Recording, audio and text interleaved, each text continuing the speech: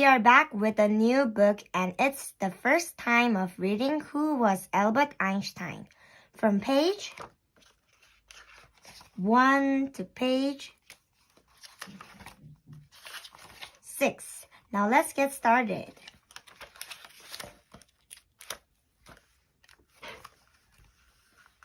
Who was Albert Einstein? For an idea that does not at first seem insane, there is no hope. Albert Einstein. Did you know that Albert Einstein was a very poor student who got kicked out of school? Well, he was. Yet he was one of the most brilliant people that the world has ever known. Did you know that Albert was a peace-loving person who hated war? Well, he was. Yet his work led to the creation of the most destructive bomb ever. Did you know that Albert was shy and hated publicity and attention? Yet he was a media superstar. Even though 50 years after his death, Hollywood still makes movies about him, and t-shirt copy mugs and posters are decorated with pictures of his famous face. Who was Albert Einstein? You are about to find out. Chapter 1. Born to Think. There are only two ways to live your life. One is as though nothing is a miracle. The other is as though everything is a miracle. Albert Einstein. Albert Einstein made his entrance into the world on March 5th, 1879 in Ulm, Germany. He certainly didn't seem like an extraordinary child. He was chubby and pale with thick black hair. He was so quiet and shy that his parents worried that there was something wrong with him. They took Albert to doctors. He doesn't talk, his parents explained. The doctors found nothing wrong. The story goes that Albert didn't speak a word until he was 3 or 4 years old. Then suddenly, over supper one night, he said, "The soup is too hot." Unity relieved. His parents asked why he had never said anything before. Because little Albert replied, "Up to now, everything has been fine." Is this story true? There's no proof. Most boys his age played soldiers and other rough and tumble games, not Albert. When Albert saw real soldiers marching with their blank faces, they frightened him. Albert preferred to stay by himself and daydream. He enjoyed playing with blocks and building houses out of playing cards. Some of them were 14 stories high. His parents continued to worry about their lovely and quiet son. They took him to more doctors. Could there be something wrong with his brain? His parents asked. Once again, doctors found nothing. Nothing wrong with the boy. It was just his nature. He was quiet. He was a thinker. Albert's father and uncle had a business that sold batteries, generators, and wire. Electricity fascinated Albert. It was invisible, powerful, and dangerous. Electricity was like some mysterious secret. Albert pestered his father and uncle with lots of questions. How fast is electricity? Is there a way to see it? What's it made of? If there's electricity, could there be another strange and mystery force in the universe? Albert enjoyed thinking about a world beyond the one that could be seen or explained. As he later said, imagination is more important than knowledge. Knowledge is limited. Imagination encircles the world. Albert was also fascinated by the compass that his father had given him.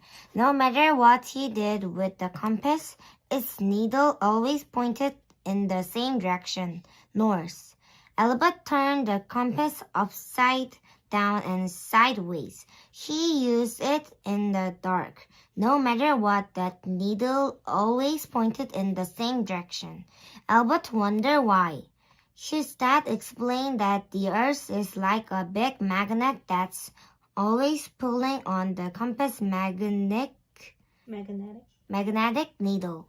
Albert was amazed that some strange and powerful force was all around him. He could not see it or feel it, yet it was there, making the compass needle move. Albert had more to think about. School wasn't teaching him about the things that mattered to him, so at about age 10, Albert started to teach himself. He was going to read as much about science as he could. Albert also enjoyed playing the violin. Music calmed his active mind. He especially liked playing duets with his mother. She would accompany him on the piano. One day, while they were playing, Albert suddenly realized that music chords were like patterns of numbers. Musical rhymes were like counting by 3 or 4 or 8. Music just like numbers, he explained to his mother. Albert was thinking even when relaxing.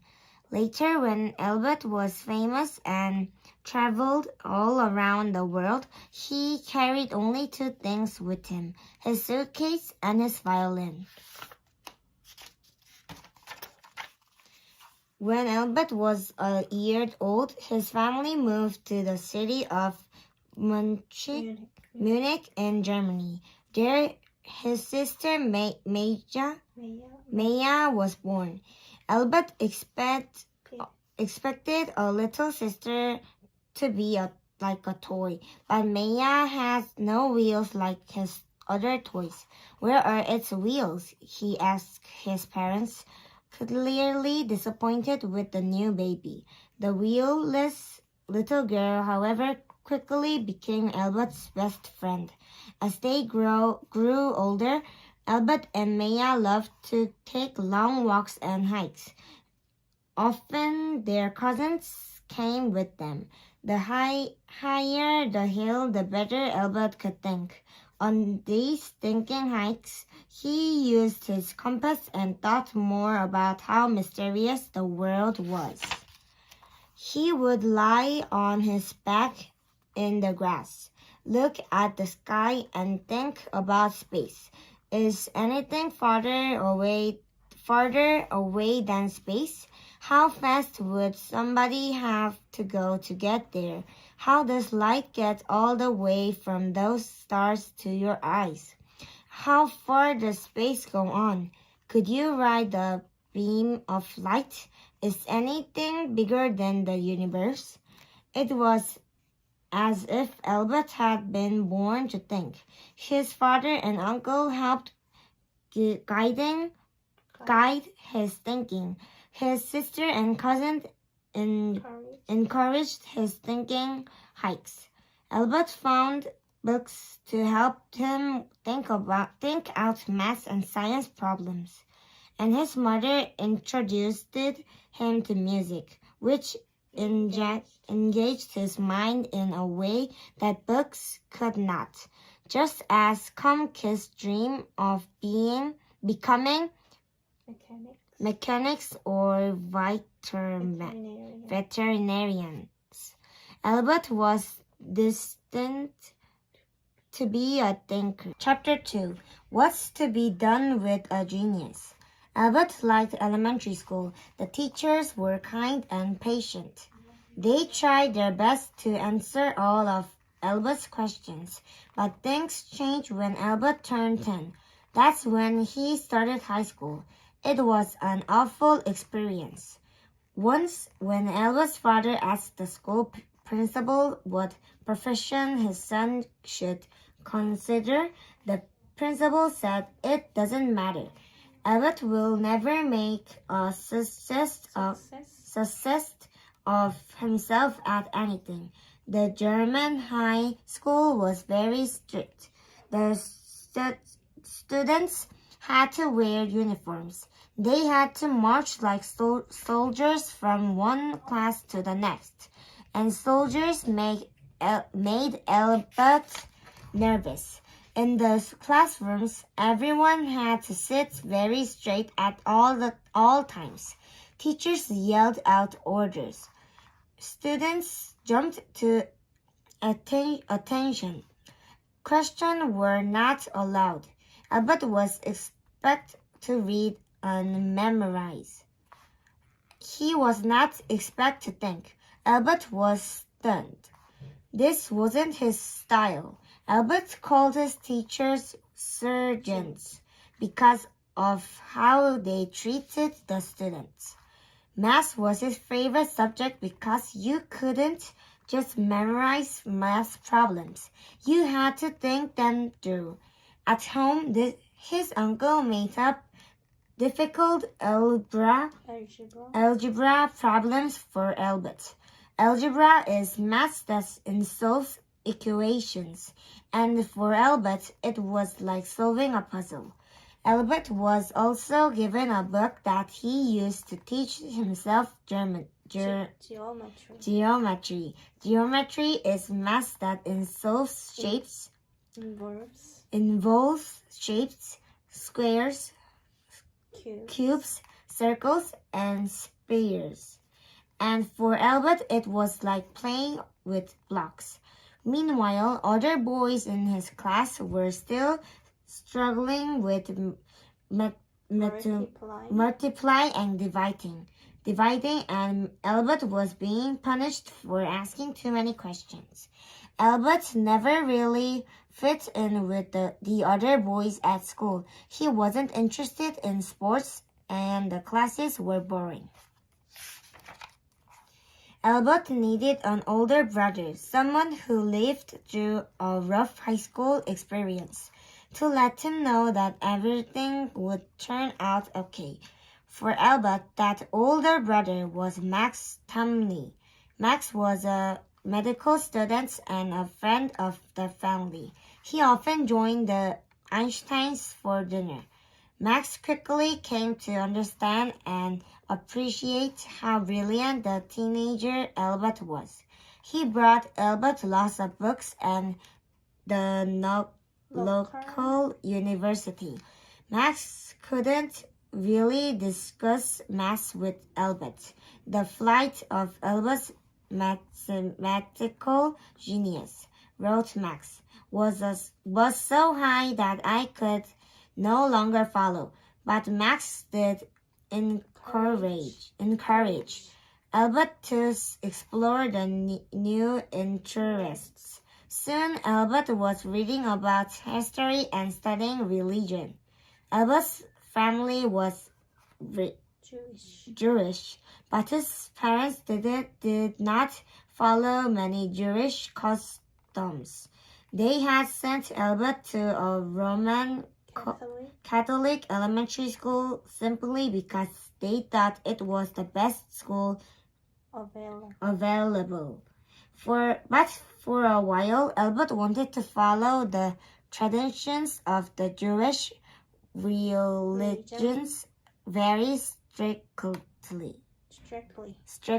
For example, he refused to eat pork. Like many people, Albert did not believe the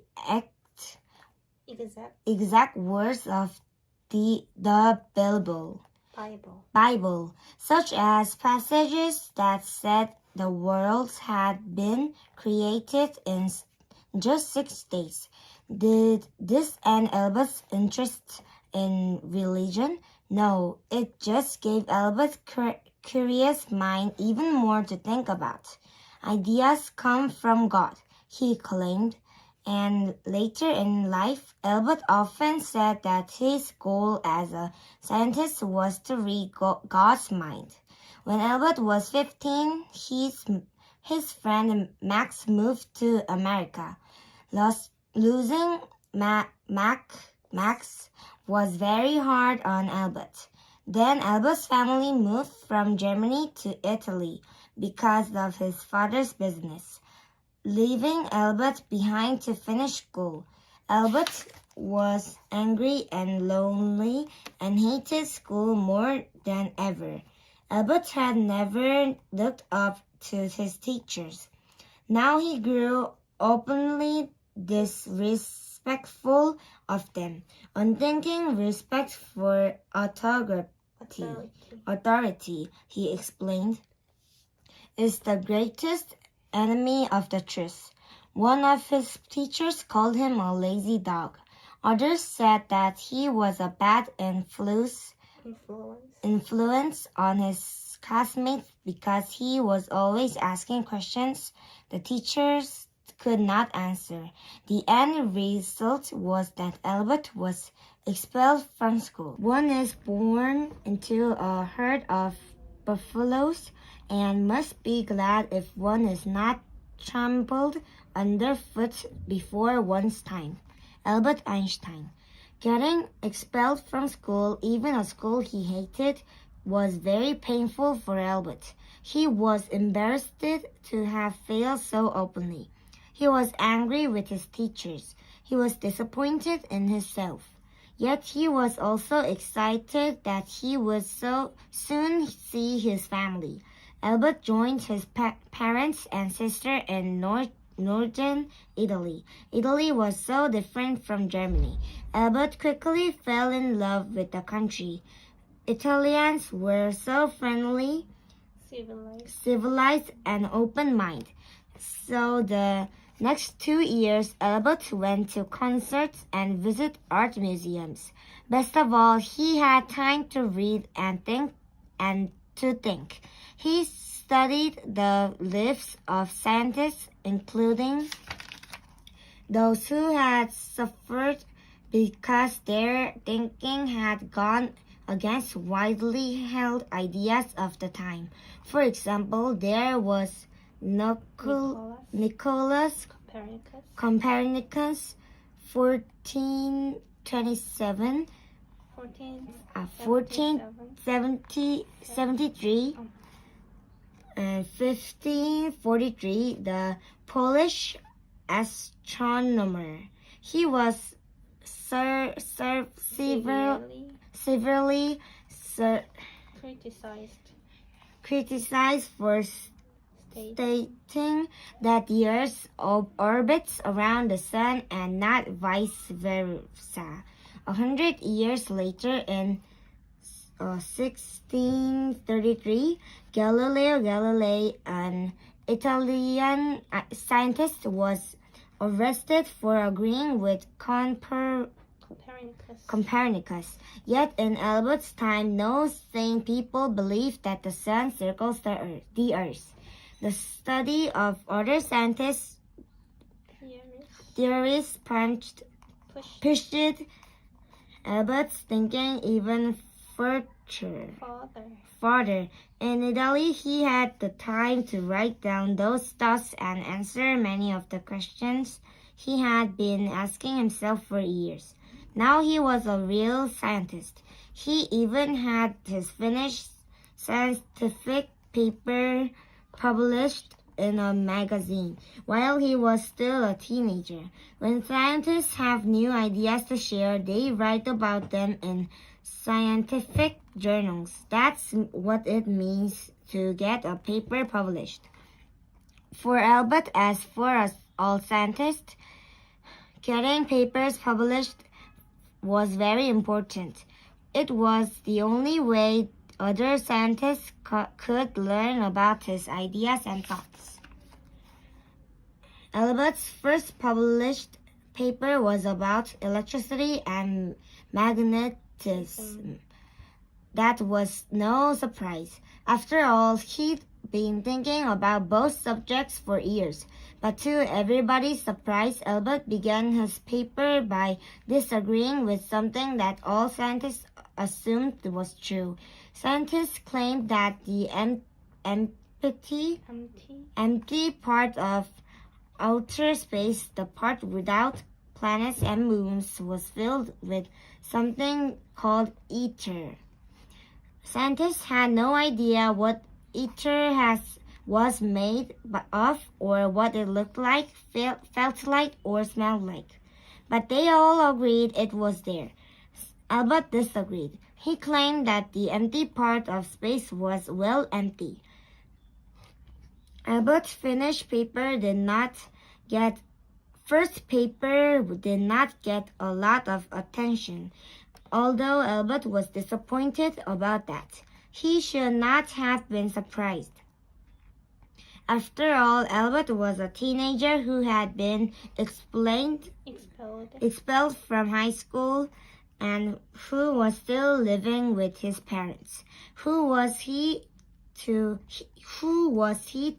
challenge the theories of the world's most respected scientist? However, years later, many of those same scientists would seek out Einstein's first public paper and marvel at the genius of the youngest scientist.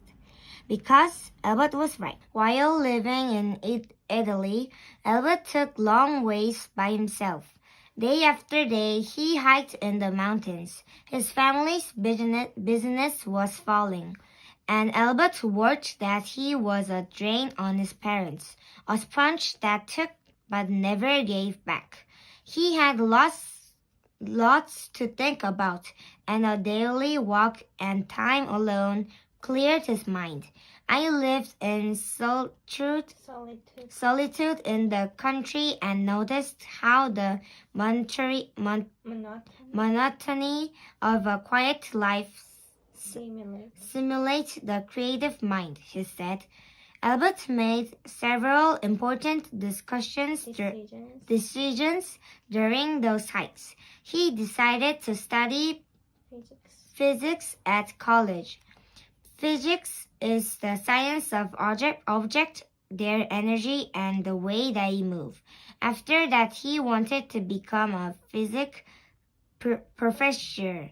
To do this, Albert knew that he would have to finish high school, but no school could ever own his mind, which he felt his German high school had tried to do. Albert also decided that the freedom to think, to explore his own ideas, would always be the most important thing in life. If he got married and had children, his wife and family would matter to him, of course, but they would never matter as much. He realized as his ability to think freely. To some people, that might sound like a selfish way to live. But for Albert, it was the only kind of life that made any sense. Albert re-entered high school in Switzerland, where German was spoken. What a pleasant and unexpected surprise. His new school wasn't like the German high school at all. At the Swiss school, students were supposed to ask questions. Albert especially enjoyed discussing the subject of time with his teachers. How fast does time pass? What is the future? Do we travel into it, or is it already here? Will time ever run out? Not only did Albert like his Swiss school, he also liked the Swiss people. They were friendly and fair. Albert decided to become a citizen of Switzerland. After graduating from high school, Albert stayed in Switzerland and began college at Swiss Federal Polytechnic in the city of Zurich. Albert had no money. His family had fallen on hard times. An uncle provided Albert with a little money, but it wasn't much. Albert lived in a dark room, ate barely enough, and went without new clothes just so he could stay in school. Still, there were good things about this time. At college, he was making new friends. The other students lovingly would call Albert the professor because he had so many theories and talked so much about physics. One of his new friends was Mileva Merrick, the only woman in Albert's class. Albert liked to call her Dolly. She too was a brilliant thinker. They talked endlessly about physics and music. It was not long before Mileva and Albert announced their plans to marry. Without the thought of you, he wrote her in 1900 at the age of 21. I would no longer want to live among the sorry held of humans. Upon graduation from college in 1900, Albert was all set to become a physics teacher. It should have been a wonderful time in his life. He had his diploma and he was in love. However, he could not find a teaching job. His uncle stopped sending him money. Albert's clothes were ragged. His meals were few and far between. His health suffered. Without a job, he couldn't afford to marry Mileva. Albert ended up taking a job with the Swiss patent office. It wasn't where he wanted to work, but it was a job. Then Albert's father died. Albert was devastated. Fortunately, he had Mileva, and surprisingly, his job at the patent office turned out to be far better than Albert could find ever imagined. Chapter 4. The Best Years.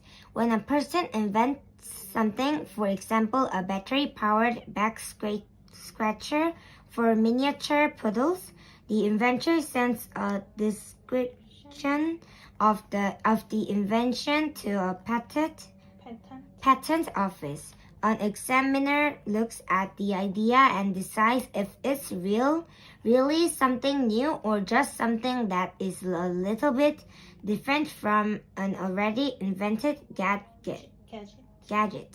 If it's really a new idea, the inventor gets a patent, which means other people aren't allowed to copy it.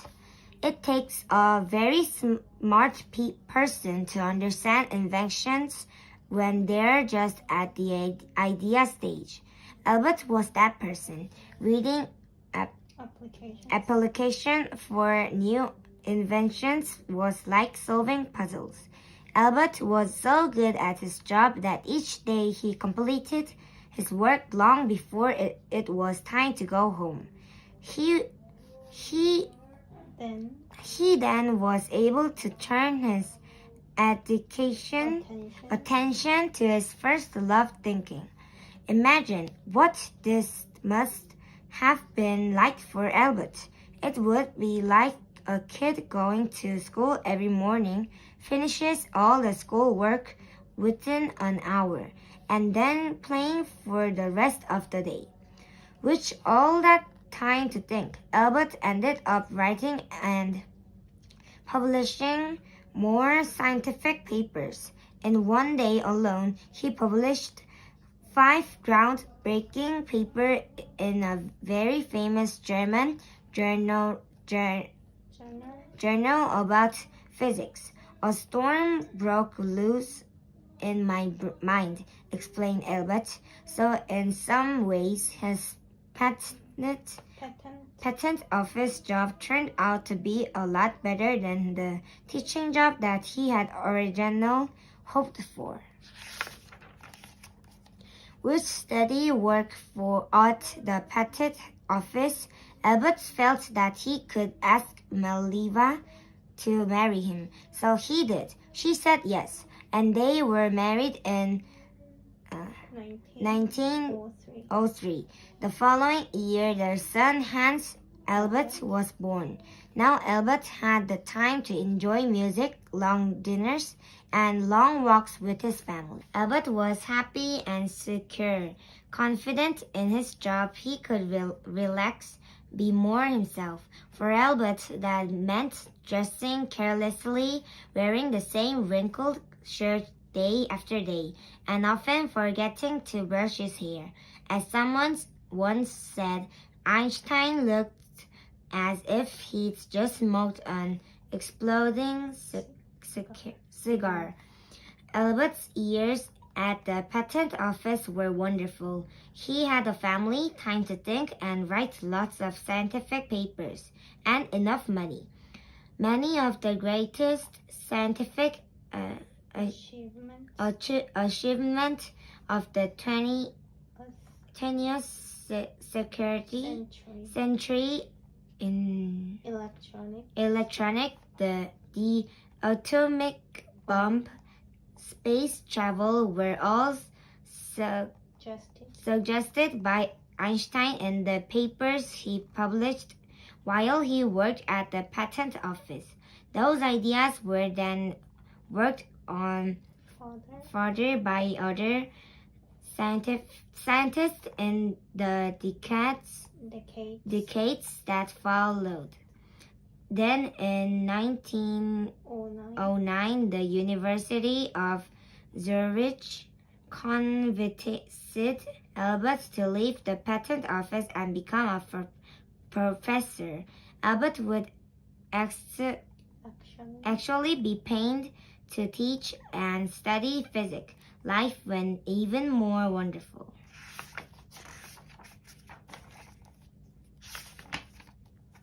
In a short time, Albert became a very popular professor.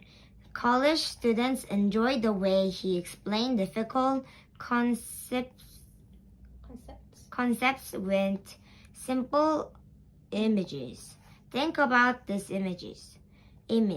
A man falling freely in the Earth's gravitational field who drops an object will not notice it is falling. And Albert loved to lecture.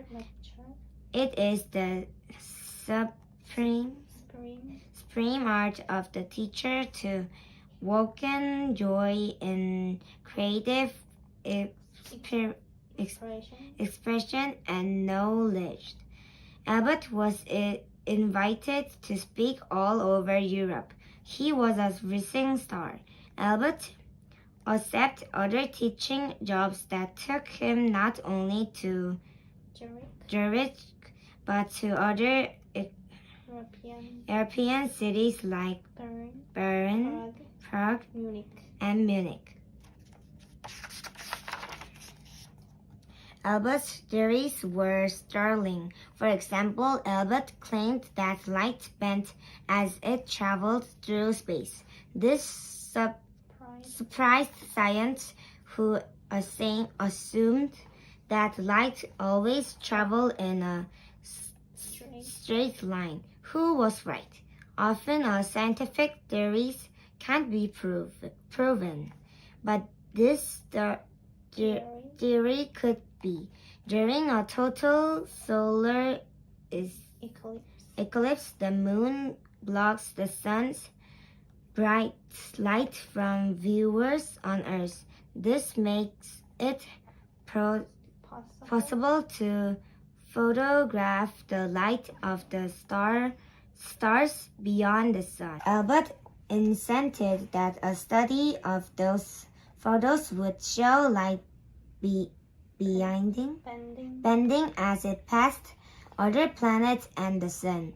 All Albert needed to do was wait about 4 years for the next total eclipse in 1914. Many scientists were also excited to see whether Albert's light theory was correct. In 1911, plans were begun to send a group of scientists to Russia to test Albert's theory. Russia was one of the best locations from which to photograph the stars during the eclipse. Of course, 1914 was still far in the future. In the meantime, Albert continued to think, give lectures, and develop this eccentric genius style. Hopelessly absent-minded, he often forgot his apartment key even on his wedding night. Lost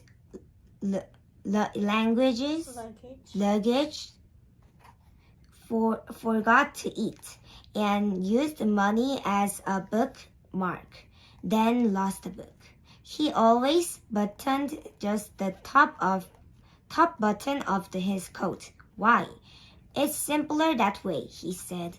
When Albert shaved, he used only water, which is a very painful way to shave. So a friend gave him shaving cream. Albert tried it, and it was marvelous, and then went back to using water. Why was that? It's simpler that way, he replied. Question about his odd look. He explained, it would be a sad situation if the wrapper were better than the meat wrapper inside it. What was really amazing was how Albert was becoming popular with people who had no interest in science. With his wild hair, mismatched socks, wrinkled shirts, and pants that were too short. Albert was not just a brilliant physics professor, he was a personality. His mysterious smile beamed from the first pages of newspapers around the world. A genius who had unlocked the secret of God's own mind. People who didn't understand a bit of his physics, who didn't know an isobar from an ice cream bar, were fascinated by Albert Einstein. Articles about Albert showed up in many magazines and newspapers. Had TV already been invented, Albert would have been the subject of all kinds of hour-long specials. A equals success, then the formula is A equals X plus Y plus Z. X is work, Y is play, Z is keeping your mouth shut. Albert Einstein. In 1913, a famous university offered to pay Albert more money than he had ever made before, and all he had to do was come to school and think. He would teach only when he felt like it. It was a dream come true, almost. The one drawback was that the university was in Berlin, Germany. Although it had been nearly 20 years since Albert last lived in Germany, he hadn't forgotten his awful high school years. And Albert's wife, Maliva, didn't like Berlin or the people there. She thought they were mean and unfriendly. Maliva was also jealous of Albert's success. She was a brilliant scientist, but the world only cared about Albert. The more she thought about it, the less she wanted to leave Zurich and their many friends. Albert had to make a decision. Would he go off to Berlin to think, or stay in Zurich and be a good husband and father? Albert needed brilliant people around him who could help him think about his ideas. At the time, a scientist said only a dozen men in the world understand relativity, and eight of them live in Berlin. Albert remembered his hikes through Italy and the promises he had made to himself. He decided to go to Berlin. Albert left Maliva and their 2 children behind in Switzerland. Albert once admitted, "I treat my wife as an employee whom one cannot fire." It was not surprising that Maliva and Albert soon got divorced. Thereafter, Albert had little to do with her or their 2 sons. Years later, when Albert won the Nobel Prize in 1922, he sent the prize money to Maliva and their sons. Perhaps this made him feel less guilty for having abandoned his family. Albert's oldest son, Hans Albert, grew up to become a distinguished science professor in California. Occasionally, he visits with his father, Edward, born in 1910. The younger son, whom Albert nicknamed Teddy, which means little bear, was gifted in music and literature but suffered from mental illness. After his mother's death, Edward lived in a hospital for the rest of his life. Albert once congratulated his son Hans Albert, whose birthday he never remembered, for being just like himself when it came to facts. It is a joy for me to have a son who has inherited the main trait of my personality, the ability to rise above a mere existence by sacrificing oneself through the years for an impersonal goal. This is the best, indeed the only way in which we can make ourselves independent from personal fate and from other human beings. Albert never questioned his decision to choose scientific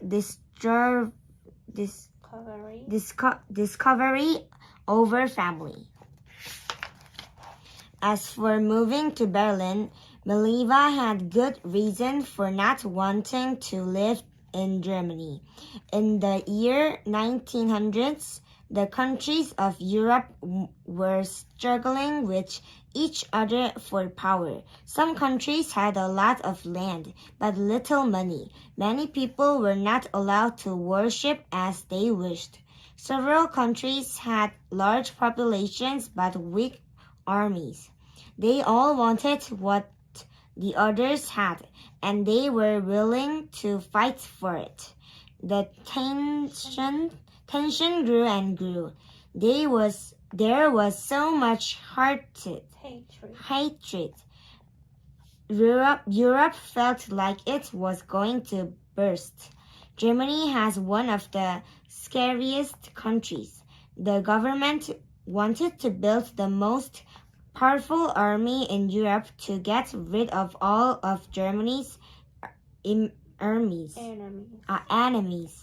When Albert arrived in 1914, Berlin was full of German soldiers that were trained, armed, and eager for war. It was a very uncomfortable place for the peace-loving Albert to live. But one person in Berlin, Albert's cousin Elsa, made life much more pleasant. Elsa was full of affection for Albert. They started to spend a lot of time together. Elsa was soon in love with Albert, the man, not the scientist. As far as Albert was concerned, he and Elsa were much happier match than Albert and the challenging Meliva. Soon the couple announced that they were going to get married. Elsa took care of Albert, which was good because Albert certainly didn't. He was ever more careless about getting enough sleep and eating properly. Albert's doctor said of him as his mind knows no limits, so his body follows no set rules. He sleeps until he is wakened. He stays awake until he is told to go to bed. He will go hungry until he is given something to eat, and then he eats until he is stopped. Elsa looked after him, making sure Albert got up on time, got dressed, and ate his breakfast. Life with his second wife suited Albert very well. However, it is an interesting fact that Albert's very best scientific thinking was done during his marriage to Meliva. Perhaps that doesn't mean anything. Or perhaps, as some critics says, his great theories might really be their great theories or even her great theories. Some publications, even Time magazine, which claimed Albert Einstein person of the century in its December 31, 1999 issue, wondered exactly what Meliva may have contributed in her husband's scientific ideas. In 1914, Europe finally burst. The weak political agreements that had kept countries out of war collapsed. World War I erupted with Germany's great armies facing France, Russia, and England, and quickly winning many battles. Wars run on hate, drain countries of food and money, and caused the deaths of many. Albert hated the war. He hated all wars. This war also brought a particular frustration to Albert. He had hoped to prove his theory of curving light through photos of the 1914 eclipse. Just as German scientists were setting up cameras in Russia, war broke out. Germany and Russia were now enemies. The Russians arrested the German scientists and destroyed their equipment. The eclipse passed with no photos. It would be another 5 years before Albert would have a chance to photograph another total eclipse. The combined force of Russia, France, and England eventually slowed and stopped the German victories. The war became a stalemate. Year after year, neither side could gain clear victory over the other. The supplies needed to fight the long war drained Germany of its money, food, and fuel. And meanwhile, thousands of German soldiers died each day. German leaders kept insisting that the war would end in their favor. They ordered the country's best scientists to say that yes, indeed, Germany was doing a great job fighting the war. Albert refused to make such a statement. He said never do anything against conscience, even if the state demands it. And he meant it. The German government was furious with Albert. It wanted to put Albert and his ridiculous head of hair into jail. But Albert was lucky. He was still a citizen of Switzerland. It was difficult for the Germans to imprison somebody from another country, especially a peaceful one like Switzerland. Germany finally lost the war in 1918. Albert had managed to stay out of jail.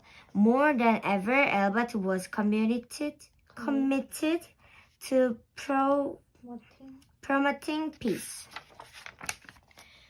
In the following year, 1919, there was going to be a full eclipse, the first since the one in 1914 that didn't get photographed. It was step up or shut up time for Albert and his theory of bending light.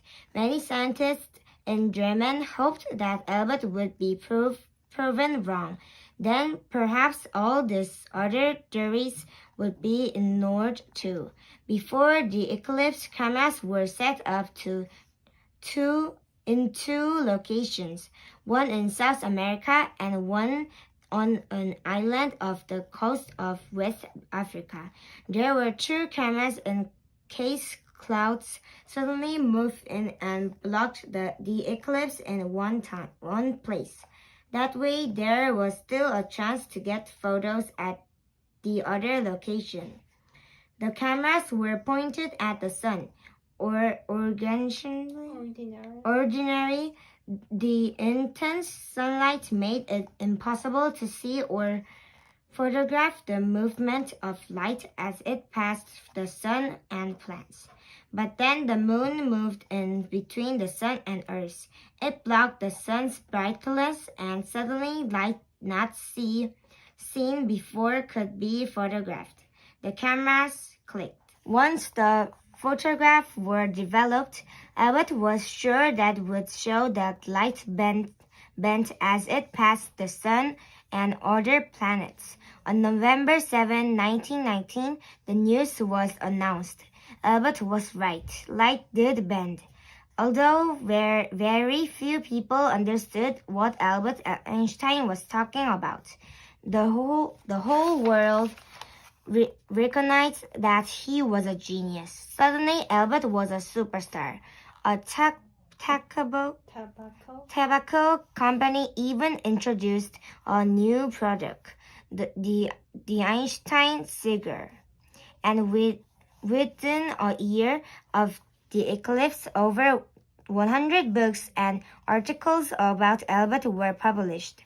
Now, 80 years later, the number of books and articles about Albert is in the thousands. All the fuss may sound wonderful, but to Albert it meant losing his treasured privacy.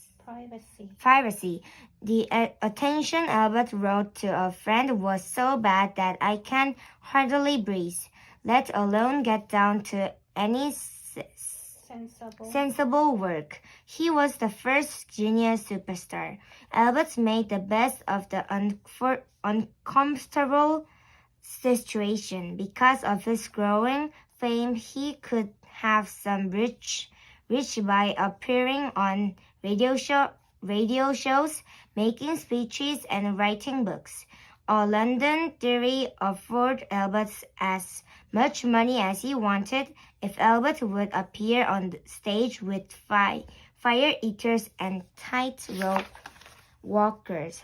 Albert's act would be explaining with his theories, but Albert said no. Instead of making money, he wanted to use his influence to make the world a better place. For Albert, that meant a world without war. Chapter 6. War Again. Unless the cause of peace based on law gathers behind it the force and zeal of a religion, it hardly can hope to succeed. Albert Einstein. Albert's fame bought him thousands of letters from people all over the world, not just scientists, either kids, newspaper reporters, political leaders, college students. They all wrote to him. Many of the letters came from Jewish people right in Germany. They were kept out of schools,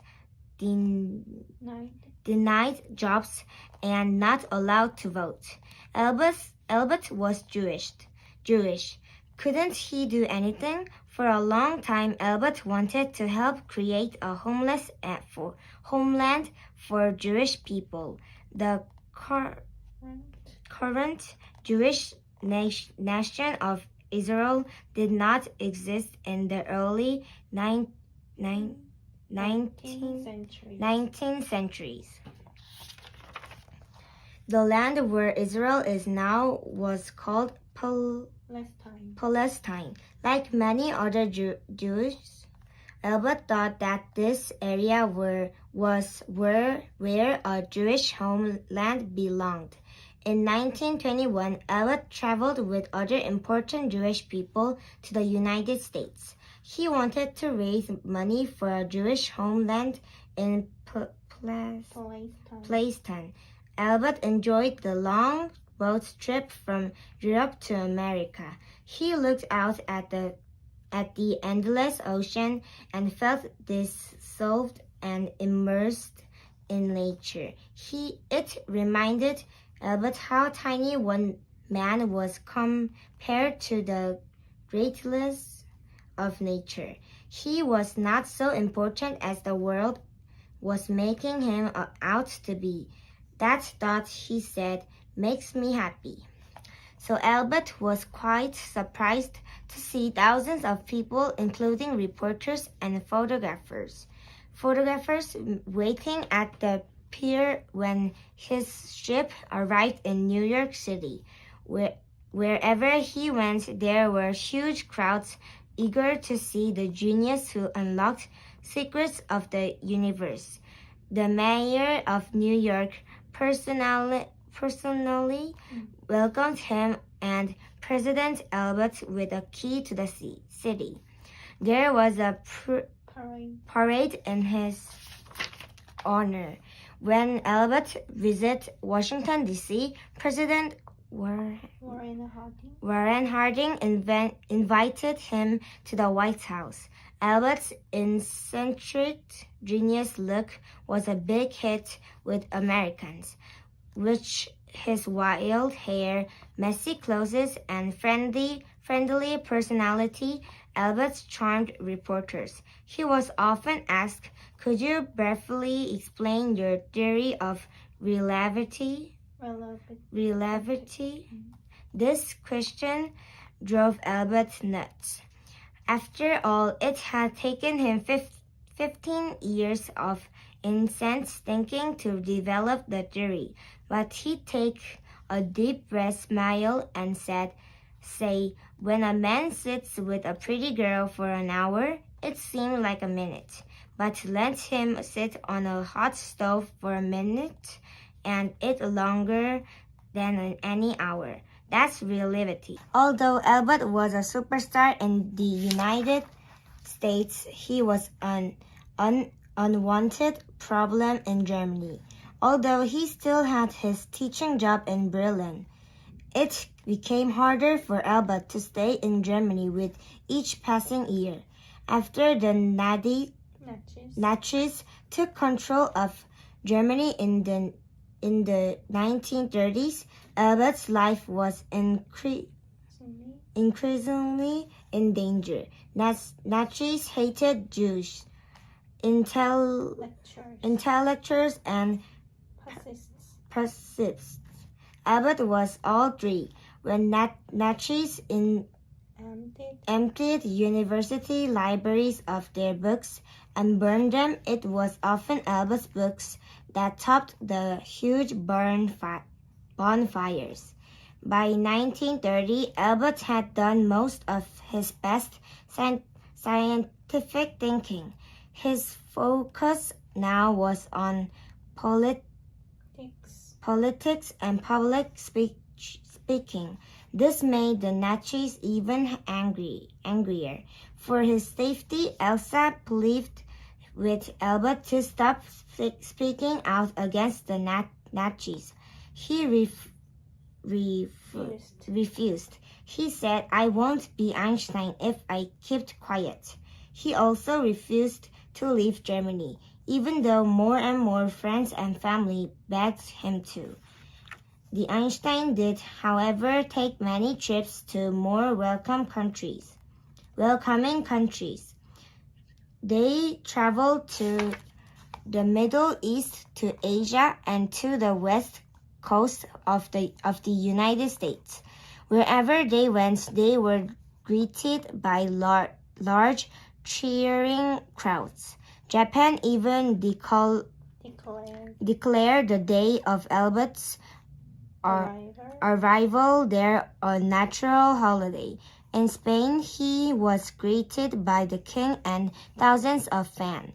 Albert received honorary degrees from Oxford, Cambridge, the Sorbonne, Harvard, and many other universities around the world. He was a guest professor, raised funds for Jewish causes, and warned of the growing political hatred in Germany.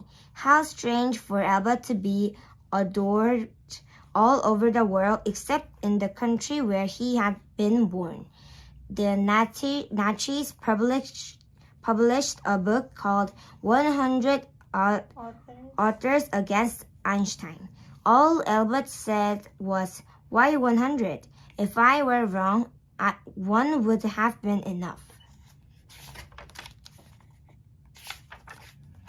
Albert was very lucky to have survived in Nazi Germany. In 1931, while Albert was a guest professor in California,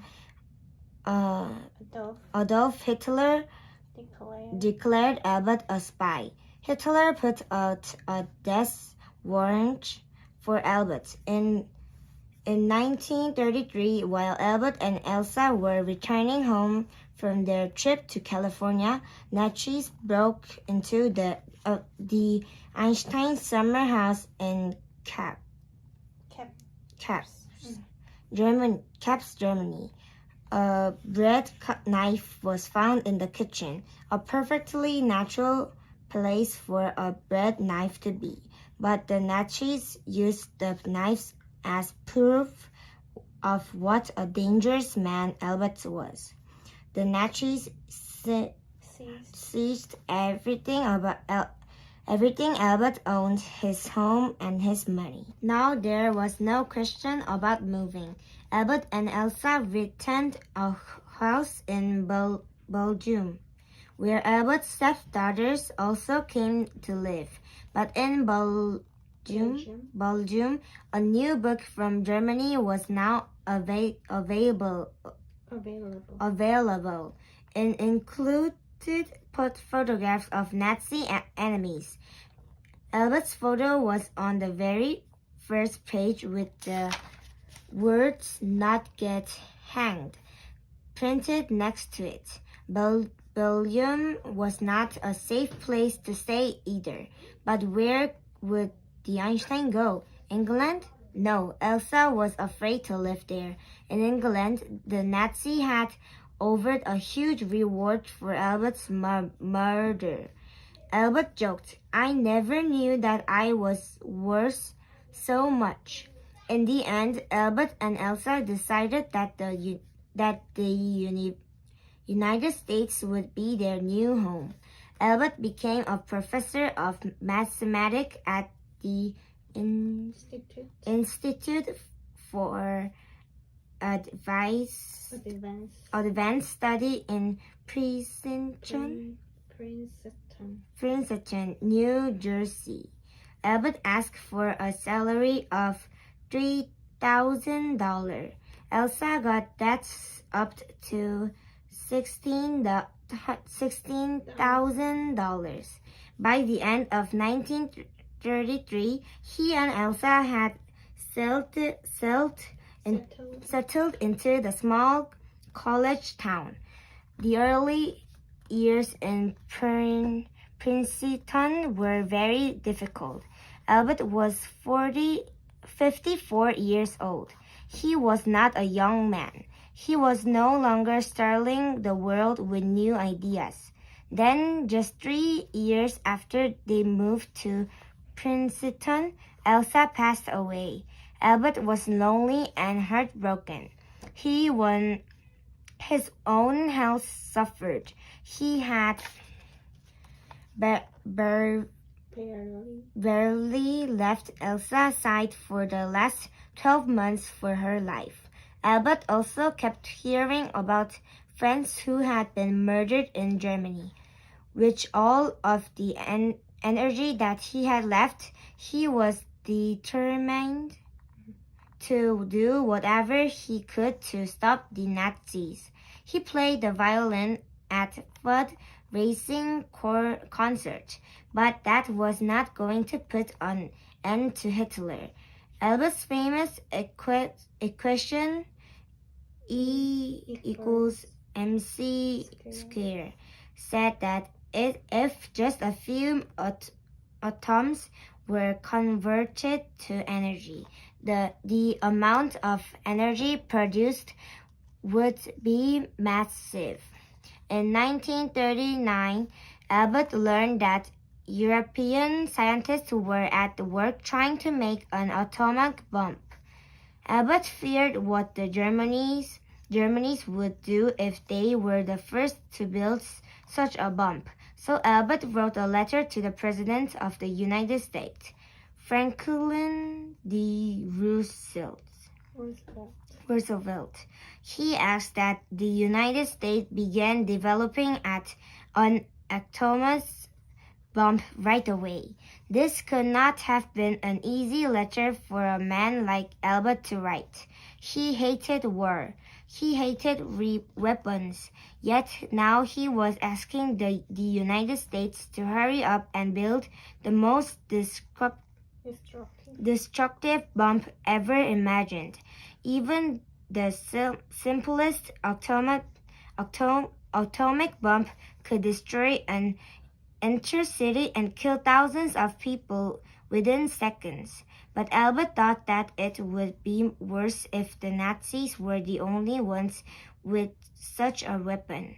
Partly because of Albert's letter, President Roosevelt had secret work begun on building an atomic bomb. Albert's letter reflected on this moment in the world's history. "I made one great mistake in my life. When I signed the letter to President Roosevelt